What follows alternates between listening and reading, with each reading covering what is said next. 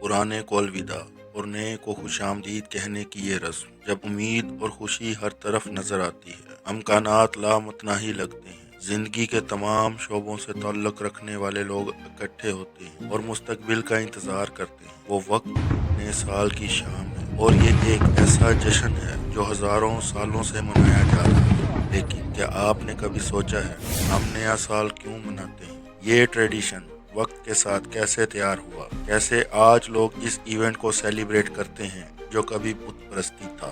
Imagine کریں اس زمانے کو جب کیلنڈر نہیں تھے، جب آتش بازی نہیں ہوتی تھی، جب نئے سال کا کوئی وجود ہی نہیں تھا۔ جیسا کہ ہم سب جانتے ہیں، اس کو سمجھنے کے لیے جھانکتے ہیں ماضی میں 2000 سال قبل از مسیح میں، سمجھتے ہیں اس ہسٹری کو۔ میسوپوٹامیا یونانی زبان کے الفاظ میسو مین درمیانہ اور پوٹاموس مین دریا سے نکلا ہے۔ میسوپوٹامیا کا خطہ موجودہ دور عراق، شام، ترکی اور ایران کے کچھ حصوں پر محیط ہے۔ میسوپوٹامیا دریائے فرات اور دجلہ کے درمیان واقع ایک تاریخی خطہ تھا۔ یہ ایک قدیم تہرین تہذیب تھی۔ میسوپوٹامیا ہی کی ایک قدیم تہذیب بیبیلونینز تھی۔ انہوں نے بابل سٹی کی بنیاد رکھی اور اسے ایک طاقتور سلطنت میں تبدیل کر دیا۔ بابلیوں کی تہذیب دنیا کی سب سے اہم تہذیبوں میں سے ایک تھی۔ بیبیلونینز نے اکتو نامی ایک تہوار کا آغاز کیا جو ان کے نئے سال کے آغاز کی علامت تھا۔ یہ تجدید اور جشن کا وقت ہوتا تھا جو بابلیوں کے اعلیٰ خدا مردوک کو وقف تھا۔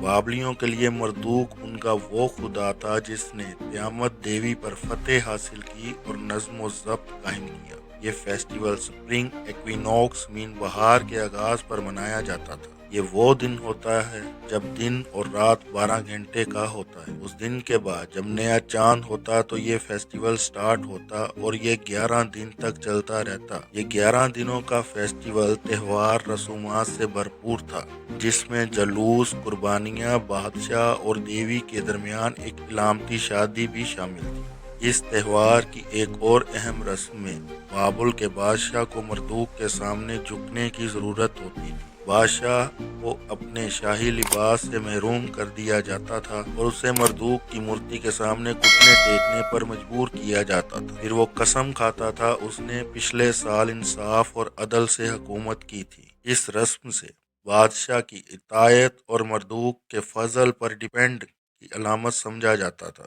گزرے کو بھول کر نیو کی آس لگائی جاتی تھی۔ مغربی دنیا کی بات کریں تو رومن امپائر، روم ایک چھوٹے سے شہر سے شروع ہو کر ایک وسیع سلطنت میں تبدیل ہو گیا جو بحیرہ روم کے گرد گھومتا تھا۔ رومیوں کا نیا سال مارچ میں شروع ہوتا تھا، مگر پھر اس کو تبدیل کر کے 1 جنوری پر کر دیا گیا۔ قدیم رومی نئے سال کا جشن جنوس کے نام سے مناتے تھے۔ جنوس کو دروازوں اور آغاز کا دیوتا مانا جاتا تھا۔ جنوس 2 چہروں کے ساتھ دکھایا جاتا تھا، ایک ماضی کی طرف دیکھ رہا تھا، دوسرا مستقبل کی طرف دیکھ رہا تھا۔ رومی اپنے دیوتا کو خوش کرنے کے لیے اور نئے سال کی برکتیں مانگنے کے لیے مختلف رسومات اور تہواروں کا اہتمام کرتے تھے۔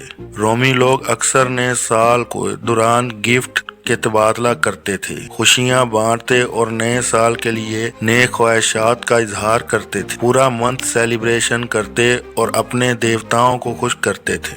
جنوری کے پورے منتھ میں تقریبات منعقد کی جاتی تھی۔ ان میں قربانیاں، عبادت اور سماجی اجتماعات شامل تھے۔ لوگ نئے سال کے لیے عہد و پیمان کرتے تھے۔ اب ذرا پاس سے واپس آ کر سمجھتے ہیں کیسے نیو ایئر، نیا سال کا جشن رومی دیوتا جنوس سے جڑا ہوا ہے، جو رومیوں کے مطابق آغاز اور اختتام کا دیوتا تھا۔ لیکن کیسے؟ موجودہ دور کی نیو ایئر سیلیبریشن ماضی کے رومی دیوتا جنوس سے کس طرح سے جڑا ہوا ہے؟ جنوری کا منتھ جنوس کے نام پر رکھا گیا ہے اور اسے سال کے آغاز کے نشان بنانے کے لیے منتخب کیا گیا تھا۔ جنوس کو اکثر 2 چہروں کے ساتھ دکھایا جاتا، ایک ماضی کی طرف دیکھ رہا اور دوسرا مستقبل کی طرف۔ یہ ایک سال سے دوسرے سال میں جانے اور نئی شروعات کی علامت ہے۔ نئے سال کی عہد کرنے کی روایت کے آغاز رومیوں کی طرف سے سال کے آغاز میں جنوس سے وعدے کرنے کی رسم سے